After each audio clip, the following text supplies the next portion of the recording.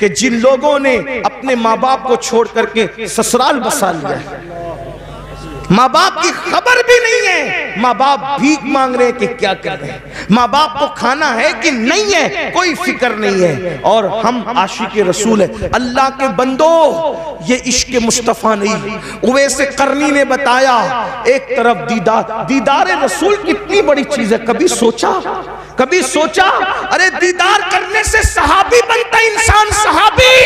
مگر حضرت اویس قرنی نے ماں کے کہنے پہ دیدار رسول کو نہیں گئے ماں کے کہنے پہ، اور ہمیں بتایا ایک وفادار عاشق کیا ہوتا ہے۔ اور آج ہم ماں باپ کو دوا کے پیسے دینے کے لیے بھی ان کو ترساتے ہیں، ان کو تڑپاتے ہیں، انہیں بے چین کرتے ہیں۔ آقا علیہ السلام نے فرمایا اگر تیرے ماں باپ تجھ سے ناراض ہے تو اللہ تیری نمازیں بھی رد کر دے گا، اللہ تیری عبادتیں بھی رد کر دے گا۔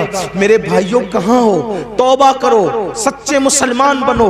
صرف نعرے ہمیں انقلاب نہیں لا سکتے، صرف نعرے ہمیں بدل نہیں سکتے۔ آپ کو میں کہتا ہوں اے گرد و نواح سے آنے والے مسلمانوں، جذباتی نہ بنو۔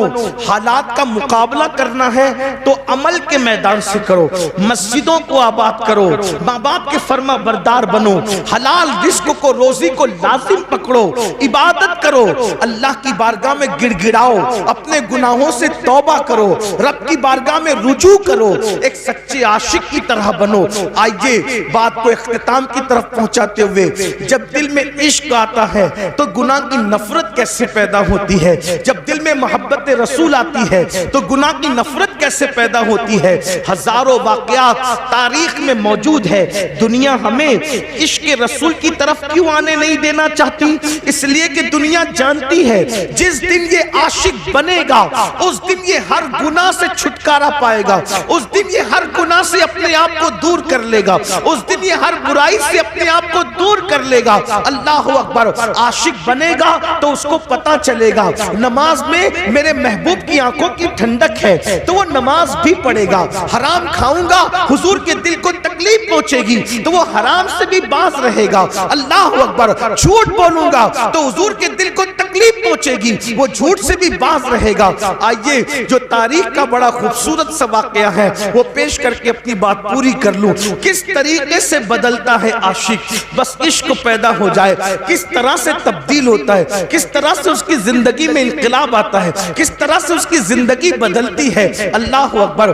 کہتے ہیں مکہ المکرمہ میں ایک جوان تھا، اس جوان کو دنیا فضالہ کے نام سے پکارتی تھی۔ فضالہ نام کا وہ جوان، اللہ اکبر، بڑا ہسمکھ تھا، ہسمکھ اس کی عادت تھی، ہنسی مذاق اس کی عادت تھی، اور وہ لوگوں سے دل لگی کرتا رہتا تھا، ہنسی مذاق کرتا رہتا تھا۔ اور اللہ اکبر، اس کا حال یہ تھا کہ ایک لڑکی مکے میں بڑی خوبصورت تھی، اس کا دل اس لڑکی سے لگ گیا تھا، اور جوانی تھی، جوانی کا شباب تھا، جوانی کا جوبن تھا، اس نے لڑکی سے پیار کر لیا، محبت کر لیا، اور لڑکی کے عشق میں وہ مبتلا ہو گیا۔ جب لڑکی کے عشق میں مبتلا ہوا تو اس کی عادت تھی وہ روزانہ ایک مرتبہ دن میں کعبۃ اللہ کے طواف کو جاتا تھا، اور پھر اس کی عادت یہ تھی جاتے وقت بھی وہ اس لڑکی کے ساتھ بیٹھ کر ہنسی مذاق کرتا تھا، اور آتے وقت بھی اس لڑکی کے ساتھ وہ ہنسی مذاق کرتا تھا۔ اللہ اکبر۔ ایک دن فضالہ کا مقدر عروج پر تھا، اوج پر اس کا مقدر تھا، جاتے وقت خوب ہنسی مذاق ہوئی، دیوار شکن کے کہے لگے، اور اس کے بعد جیسے ہی فضالہ نام کے اس جوان نے حرم کعبہ میں قدم رکھا، مطاف حرم میں قدم رکھا، تو اس میں کیا دیکھا؟ ایک خوبصورت جوان ہے جو پورے انہماک کے ساتھ، خشوع و خضوع کے ساتھ سر کو جھکا کر طواف کعبہ میں مصروف ہے۔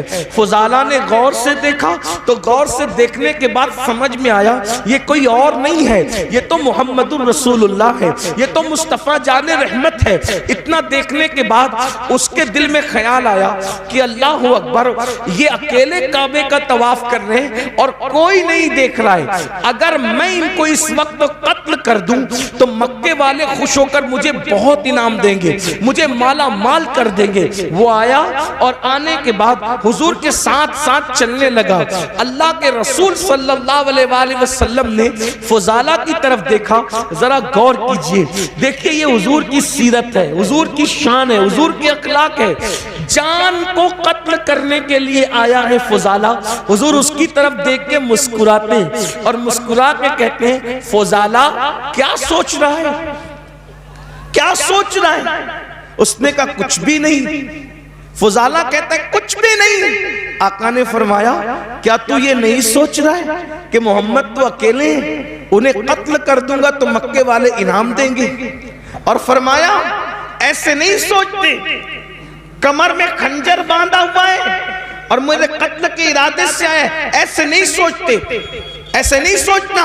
اور اس کے بعد اس کے سینے پہ ہاتھ مارا اور ہاتھ مار کے کہا اس طرح نہیں سوچتے. اس کا سینے پہ ہاتھ لگنا تھا, اس کی زندگی بدل, زندگی بدل. اور اس نے کہا یہ کتنا عظیم انسان ہے, یہ میرے سینے کے راز بھی جانتا ہے, میرا کمر کا خنجر بھی جانتا ہے. قدم پکڑ لیے, مجھے بھی کلمہ پڑھائیے, مجھے بھی مسلمان کیجئے, اسلام میں داخل کر لیجئے. حضور نے کلمہ پڑھایا, اسلام میں داخل کر لیا. پھر کیا ہوا؟ فضالہ نے کہا یا رسول اللہ, آپ اب سے تھوڑی دیر پہلے سب سے زیادہ کسی سے نفرت تھی تو آپ, اور کلمہ پڑھ لیا ہوں تو اب سب سے زیادہ میرا کوئی محبوب ہے تو آپ. سبحان اللہ. آپ سے بڑا اب میرا کوئی محبوب نہیں ہے, آپ سے زیادہ اب میں کسی کو نہیں چاہتا. اب میری تمنا یہ ہے ایک طواف آپ کے ساتھ کرنا چاہتا ہوں اگر اجازت ہو تو. حضور ایک طواف, اور فضالہ حضور کے ساتھ طواف کرنے لگے. فضالہ کا مقدر تھا قیامت تک لوگ طواف کریں گے, لیکن فضالہ کے طواف کی شان یہ تھی کعبہ ہے, کعبے کا کعبہ ہے اور فضالہ ہے, یعنی دو قبلوں کا طواف ایک ساتھ ہو رہا ہے. اگر آپ عشق و مستی کی نظر میں دیکھیں تو کعبہ اور کعبے کا کے ساتھ طواف کعبہ ہو رہا ہے. جب طواف ہو گیا فضالہ اپنے گھر کی طرف جانے لگے. اب فضالہ صحابی ہو گئے, عاشق رسول ہو گئے, گھر کی طرف جانے لگے. آئے تھے تو لڑکی سے ہنسی مذاق کہے وغیرہ کر کے اب جا رہے عاشق بن کے, صحابی بن کے. جیسے ہی اس لڑکی کا گھر آیا فضالہ کا جھک گیا. لڑکی انتظار کر رہی تھی کھڑی کہ روزانہ آتے بھی مذاق ہوتی تھی, جاتے بھی ہوتی تھی. جاتے تو ہو گئی, اب فضالہ آ رہا ہے, کرتا کیا ہے؟ تو جیسے ہی فضالہ سر جھکا کر کے جانے لگے, اس لڑکی نے آواز دی فضالہ, او فضالہ, فضالہ ادھر دیکھو. آپ نے وہیں کھڑے ہو کے کہا کہ نہیں اب میں تیرے کام کا نہیں رہا. فضالہ نے کیا کہا؟ اب میں تیرے کام کا نہیں رہا. اس لڑکی نے کہا کیوں؟ مذاق زیادہ ہو گئی, کوئی تکلیف ہو گئی, کوئی کچھ ہو گیا, بتاؤ ازالہ کریں. تو کیا کہا؟ نہیں, جب تک کہ میرے دل میں آمنہ کا لال نہیں بسا تھا میں ہر کس و ناقص سے دل لگا لیتا تھا, لیکن اب میرے دل میں عشق رسول پیدا ہو گیا ہے, اس لیے اب میرے دل میں کسی ناجائز محبت کی جگہ نہیں ہے. اب میں تیرے کام کا نہیں رہ گیا. اندازہ فرمائیں زندگیوں میں یوں انقلاب آیا ہے. آپ سے میں پوچھتا ہوں, ہم تو پیدائشی مسلمان ہیں, پیدائشی عاشق رسول ہیں, ہم نے تو لوریاں بھی سنی ہیں نعتوں میں. آپ بتائیں پھر ہمارے دلوں میں ناجائز محبتیں کیوں ہیں, گناہوں کی محبتیں کیوں ہیں؟ وجہ صرف یہ ہے ہم رسمی اور اسمی عاشق رسول ہیں. ہمیں حقیقی عاشق رسول بننے کی ضرورت ہے. میرے بھائیوں مجھے بتاؤ نا, آخر وہ کیسا عاشق ہوگا جو اپنے نبی کے دل کو تکلیف پہنچائے گا, اپنے محبوب کے دل کو تکلیف پہنچائے گا؟ وہ رسول جو پوری پوری رات ہمارے لیے دعائیں کرتے ہیں, آج ہم اس رسول کی نافرمانی کر رہے ہیں, ان کی بات نہیں مان رہے. مسلمانوں بتاؤ اللہ کے رسول کے دل پہ کیا گزرتی ہوگی؟ یہ میری مائیں اور بہنیں موجود ہیں, یہ بہنیں بغیر دوپٹے کے گھر سے نکلتی ہیں, حضور کے دل پہ کیا گزرتی ہوگی؟ یہ بہنیں نمازیں نہیں پڑھتی پڑھتی ہے، سیریل دیکھتی ہے، فلمیں دیکھتی ہے، مردوں کے ساتھ اگر اللہ نے دولت دے دی ہے تو پارکوں میں گھومنے کے لیے بے پردہ جاتی ہے۔ بتاؤ تو صحیح، یہ دین کا گلشن کتنی محنتوں سے سجایا گیا ہے، یہ دین کا گلشن کتنی قربانیاں دی گئی ہے۔ جب یہ دین کا گلشن سجا ہے، اگر آج مسلمان اس احساس سے عاری ہو جائے تو بتائیے پھر مصیبتیں نہیں تو کیا، پھر تکلیفیں نہیں تو کیا، پھر اللہ اکبر تباہی نہیں تو کیا، پھر بربادی نہیں تو کیا۔ یاد رکھیے، اپنے نبی سے سچے دل سے جڑیے۔ جو رسول اللہ سے سچی محبت کرتا ہے وہ کثرت سے اپنے نبی کا ذکر کرتا ہے، اس کی پہلی نشانی ہے وہ کثرت سے اپنے نبی کا ذکر کرتا ہے۔ بتائیے کیا ہم اپنے آقا کا ذکر کثرت سے کرتے ہیں؟ ارے کثرت تو جانے دیجئے، کئی کئی دن ہو جاتے ہم کلمہ بھی نہیں پڑھ پاتے۔ بتائیے یہ حال ہے، پوری پوری زندگی قرآن کو ہاتھ بھی نہیں لگاتے۔ میرے بھائیوں کیسے مسلمان ہو؟ آپ یہ سوچتے ہو ہم مسلمان ہیں اس لیے ہم پر مصیبتیں آ رہی ہے، ہم مسلمان اس لیے مصیبت نہیں آ رہی ہے، ہم سچے مسلمان نہیں ہے اس لیے مصیبت آ رہی ہے۔ میرے بھائیوں ہمیں جیل بھرنے کی تحریکیں شروع کرنے کی ضرورت اس لیے پیش آ رہی ہے کہ ہم نے مسجدیں بھرنے کی کوشش نہیں کی۔ اگر ہم نے مسجدیں بھرنے کی کوشش کی ہوتی تو ہمیں یہ دن دیکھنے ہی نہیں پڑتے، اگر ہم نے مسجدیں بھر دی ہوتی تو ہمیں یہ دن دیکھنے ہی نہیں پڑتے۔ اللہ اکبر، سوچئے، غور کیجئے، ہم ساری چیزوں کا معاملہ اسلام کے سر ڈالتے ہیں کہ تکلیف ہے تو اسلام کی وجہ سے، مصیبت ہے تو اسلام کی وجہ سے، تکلیفیں ہیں تو اسلام کی وجہ سے نہیں، اپنے کردار کی وجہ سے ساری مصیبتیں ہیں۔ اسلام تو آپ کو عزت دینے آیا تھا، اسلام نے کسی کو ذلیل نہیں کیا، اسلام تو عزت دینے آیا تھا، اسلام تو وقار دینے آیا تھا، اسلام تو شان دینے آیا تھا۔ ایک نام بتا دو، بس بات ختم کرتے ہوئے کہہ رہا ہوں، اس مجمع میں اگر کوئی تاریخ کا طالب علم ہے، کوئی پڑھا لکھا ہے تو میں اس کو چیلنج کرتا ہوں، مجمع کو نہیں پوری دنیا کو چیلنج کرتا ہوں، ایک نام ایسا بتا دو جو سچا مسلمان ہوا ہو اور اسلام کی وجہ سے وہ ذلیل ہو گیا ہو۔ ایک نام مجھے بتاؤ، صرف ایک نام مجھے بتاؤ جو اسلام کی وجہ سے ذلیل ہوا ہو۔ اللہ اکبر، آپ تو بڑے مشہور واقعات سننے کے عادی ہیں نا، آپ کو بہت سارے واقعات یاد ہیں نا، مجھے بتاؤ اسلام کا دامن پکڑ کر اسلام کی وجہ سے کوئی ذلیل ہوا ہو تو بتا دو۔ اسلام کی وجہ سے کوئی ذلیل نہیں ہوا۔ اگر اسلام کی وجہ سے کوئی ذلیل ہوتا تو پہلے نمبر پر مسلمان ہونے والے ابو بکر صدیق ذلیل ہوتے، لیکن وہ ذلیل نہیں ہوئے، ان کو کتنی عزت ملی۔ اگر وہ ٹاٹ پہن لے تو جبریل بھی ٹاٹ پہنتے نظر آتے، اور آسمان کے فرشتے ٹاٹ پہنتے نظر آتے۔ اگر اسلام کی وجہ سے کوئی ذلیل ہوتا تو عمر ابن خطاب ذلیل ہونا چاہیے تھا، عثمان غنی کو ذلت ملنی چاہیے تھی، مولا علی کو ذلت ملنی چاہیے تھی، مگر تاریخ گواہ ہے ان میں سے کسی کو ذلت نہیں ملی۔ جب انہوں نے اسلام کا دامن پکڑا اللہ نے ان کو ایسی عزتیں عطا فرمائی کہ اللہ اکبر، عرب کے بوریا نشین قیصر و کسریٰ کے تاجدار بنتے ہوئے نظر آئے۔ تو پتا چلا آپ کی ہماری سوچ کیا پتا ہے، کپڑے سے عزت ملتی ہے، موبائل سے عزت ملتی ہے، اور اس کے بعد اچھی بائک سے عزت ملتی ہے، اور شیونگ کرانے سے عزت ملتی ہے، یہ سب بھوت سوار ہے اس لیے ذلیل ہو رہے ہو۔ لیکن یاد رکھنا عزت صرف اسلام سے ملتی ہے۔ اگر آپ اجازت دیں تو تاریخ کا ایک خوبصورت واقعہ پڑھ کے بات پوری کرنا۔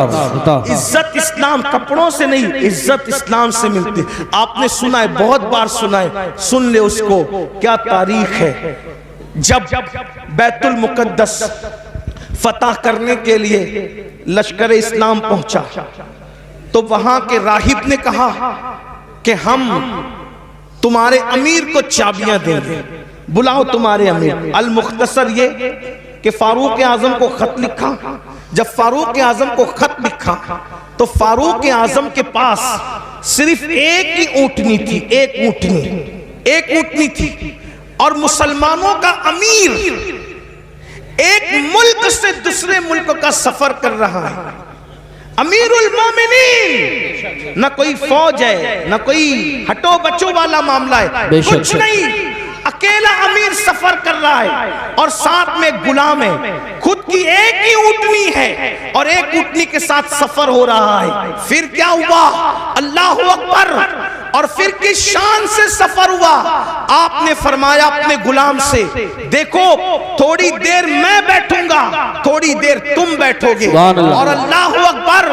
دنیا نے یہ تاریخ کے اندر یہ اوراق گواہ ہیں، دنیا نے یہ موقع بھی دیکھا کہ امیر المومنین اپنے غلام کو اونٹنی پہ بٹھا کر خود اللہ پیدل چلتے نظر آئے۔ اور اللہ کی شان یہ، جس وقت تو منزل پر پہنچے تو باری غلام کی تھی اور سیدنا فاروق اعظم نکیل پکڑ کر کے چل رہے تھے۔ اور حالت یہ تھی اس وقت امیر المومنین کے بدن پر جو جبہ تھا اس پہ پیون لگا ہوا تھا، اور جو موزے پہنے تھے وہ ایڑی کے پاس سے پھٹے ہوئے تھے۔ جس وقت نالا آیا آپ نے سوچا پھٹے ہوئے موزوں میں پانی بھر نہ جائے، تو موزے اتار کر آپ نے گردن پہ ڈال لیے۔ اور اس کے بعد جب نکلے تو حضرت خالد ابن ولید اور ابو عبیدہ ابن الجراح کان میں باتیں کر رہے تھے، امیر المومنین یہ کیا کر رہے ہیں؟ ارے موزے پیر میں تھے تو پھٹا پن چھپا ہوا تھا۔ اتنے لوگ استقبال کے لیے آئے ہیں، مسلم بھی ہے، غیر مسلم بھی ہے، یہودی بھی ہے، عیسائی بھی ہے، مشرک بھی ہے، سب دیکھنے آئے کہ مسلمانوں کا امیر کیسا ہے۔ اور انہوں نے پھٹے ہوئے موزے کندھے پہ ڈال لیے، غلام کو بٹھا دیا۔ لوگ استقبال کرنے کے لیے آگے بڑھے، ان کو یوں لگا کہ جو نکیل پکڑ کے چل رہا ہے وہ غلام ہے اور جو سواری پہ بیٹھا ہے وہ امام ہے۔ لیکن جب استقبال کے لیے لوگ آگے بڑھے جو نہیں پہچانتے تھے تو خالد ابن ولید اور ابو عبیدہ ابن الجراح نے کہا وہ آقا نہیں ہے ہمارا، یہ ہمارا امیر تو یہ ہے جو نکیل پکڑ کے چل رہا تھا۔ تو لوگوں نے پوچھا اس کو کیا ہو گیا؟ تو تب بتایا گیا ان کی ملکیت میں ایک ہی اونٹنی تھی اور غلام کو ساتھ لائے۔ تو انصاف کا تقاضا یہ تھا کہ جتنی دیر یہ بیٹھیں گے اتنی دیر غلام بھی بیٹھے گا، اور جتنی دیر غلام پیدل چلے گا اتنی دیر یہ پیدل چلیں گے۔ اور باری اس کی تھی، اللہ اکبر! چپکے سے کسی جوان نے کان میں کہا امیر المومنین اتنے لوگ استقبال کے لیے آئے ہیں، پیون والا جبہ پہنا ہے، پھٹا ہوا موزہ کندھے پہ ڈال لیا ہے، آپ نے کیا کیا؟ تو آپ نے غصے میں کنکر اٹھائے اور اٹھا کر کے ان پہ مارتے ہوئے فرمایا کہ حضور علیہ السلام کے پردہ فرمانے کو ابھی ایک صدی بھی نہیں بیتی اور تم اتنی جلدی تمہاری سوچ بدل گئی، اتنی جلدی تمہاری فکر بدل گئی، اتنی جلدی تمہارے خیالات بدل گئے۔ فرمایا واللہ ہمیں عزت کپڑوں کی اور سواری کی وجہ سے نہیں ملی ہے، ہمیں عزت اسلام کی وجہ سے ملی ہے، نبی کی وفاداری کی وجہ سے ملی ہے۔ جب تک ہم اسلام کا دامن پکڑے رہیں گے اور حضور سے وفاداری کرتے رہیں گے اس وقت تک اللہ ہمیں عزت عطا فرماتا ہے۔ آپ مجھے بتائیں اللہ اکبر! جب چابیاں دی گئی تو ساتھ ہی ساتھ وہ عیسائی مسلمان بھی ہوئے اور کہا عمر اگر لاؤ لشکر کے ساتھ آتے تو صرف چابیاں دیتے، لیکن عمر تم اسلام کی سادگی کے ساتھ آئے ہو تو ہم نے چابیاں بعد میں دی ہے، پہلے ہم نے تمہیں اپنا دل دے دیا ہے۔ اور وہ کلمہ پڑھ کے مسلمان ہو گئے۔ مسلمانوں بتاؤ آج جتنی دلچسپی بائک میں لیتے ہو، جتنی دلچسپی اچھے کپڑے میں لیتے ہو، جتنی دلچسپیاں اچھے قیمتی جوتوں میں لیتے ہو، جتنی دلچسپیاں ہٹو اور بچوں میں لیتے ہو، اتنی دلچسپی اسلام پر عمل کرنے میں لو، پھٹے کپڑے پر بھی تمہیں عزت ملے گی، اللہ اکبر! پیدل چلنے پر بھی تمہیں عزت ملے گی، تمہیں وقار ملے گا۔ غربت کے باوجود بھی دنیا تمہارے قدموں میں اپنا سر رکھنے پہ مجبور ہو جائے گی۔ اللہ اللہ! مجھے بتاؤ سرکار غریب نواز کے پاس کون سی دولت تھی، کون سی حکومت تھی، کون سی طاقت تھی، مگر خلجی سے لے کر اکبر اعظم تک سب غریب نواز کے قدموں میں اپنا سر رکھ کر کے بتا رہے ہیں اللہ اکبر! بادشاہ شان والا نہیں ہوتا، جس کے پاس دین ہوتا ہے وہ شان والا ہوتا ہے۔ اس لیے یہ دماغ سے بھوت نکال دو، بیٹھ کے پانی پیئیں گے تو ذلیل ہوں گے، ایئرپورٹ پر نماز پڑھیں گے، سفر میں نماز پڑھیں گے اللہ اکبر تو ذلیل ہوں گے، نہیں، مسلمان سچے نہیں ہے اس لیے ذلیل ہو رہے، اور زمین پہ ذلیل ہو رہے ہو، زمین کے اندر بھی ذلیل ہونے کے لیے تیار رہو۔ اس لیے سچے مسلمان بنو۔ دین کا دامن جس نے پکڑ لیا اس کو عزت ہی ملی، اس کو کامیابی ہی ملی، اسے وقار ہی ملا۔ آج کی اس محفل میں آپ کو پیغام دیا جاتا ہے، دین کو سینے سے لگاؤ، قرآن کی تعلیم کو عام کرو۔ دستار بندی کا جلسہ ہے، قرآن کی تعلیم کو عام کرو۔ اپنے بچوں کو اتنا علم دو کہ تمہارے بچے فرض علوم کیا ہے، ایمان کیا ہے، کفر کیا ہے، دین کیا ہے، دین کے خلاف کیا ہے، سب تمہارے بچوں کو آنا چاہیے۔ ہمارے بچوں کو تو کلمہ بھی نہیں آتا، ہمارے بچوں کو تو غسل کرنا بھی نہیں آتا، ہمارے بچوں کو تو استنجا کا طریقہ بھی نہیں آتا۔ اس لیے جتنے علوم فرض ہے، ایک مسلمان کو جتنا علم سیکھنا فرض ہے، اتنا علم اپنے بچوں کو دو، اپنی بچیوں کو دو، اور ساتھ ہی ساتھ دنیاوی تعلیم پر بھی محنت کرو۔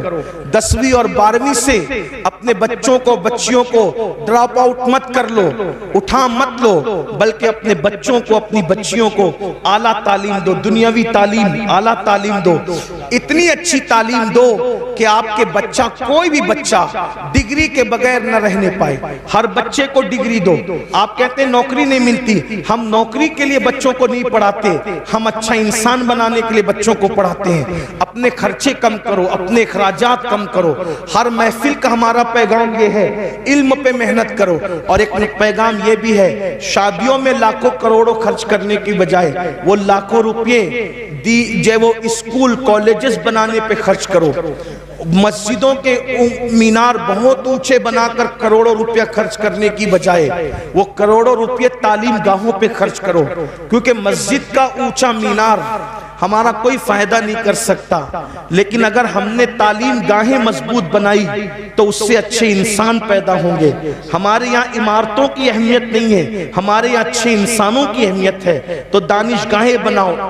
اور مسلمانوں کو اللہ نے اتنی دولت سے نوازا ہے کہ ایک ایک مسلمان ایک ایک ادارہ بنا سکتا ہے، بلکہ جو مالدار ہے میں تو ان کو مشورہ دیتا ہوں کہ 4 فیکٹری ڈالنے کی بجائے 3 فیکٹری ڈالو، اور 1 فیکٹری کی بجائے ایک اچھا اسکول بناؤ، کیونکہ اسکول اچھا بزنس بھی ہے اور اچھی قوم کی خدمت بھی ہے۔ ایسا نہیں کہ اسکول سے پیسہ نہیں کما سکتے، اسکول سے بھی آپ پیسہ کما سکتے ہیں، لیکن اچھا کیا ہوگا کہ تعلیم بھی عام ہوگی اور آپ کا اچھا بزنس بھی ہوگا۔ بہت مالدار لوگ ہیں آپ کے آس پاس میں، بہت مالدار۔ بھائی جلسے پر جب آپ لوگ لاکھوں روپیہ خرچہ کرتے ہو تو عمارتوں پہ کیوں نہیں خرچ کر سکتے؟ میں سمجھتا ہوں کہ مراد آباد ضلع میں جتنے جلسے ہوتے ہیں، اگر اس کا سال کا آپ تخمینہ نکال لیں تو اربوں روپے جائیں گے، کروڑوں نہیں اربوں روپے جائیں گے۔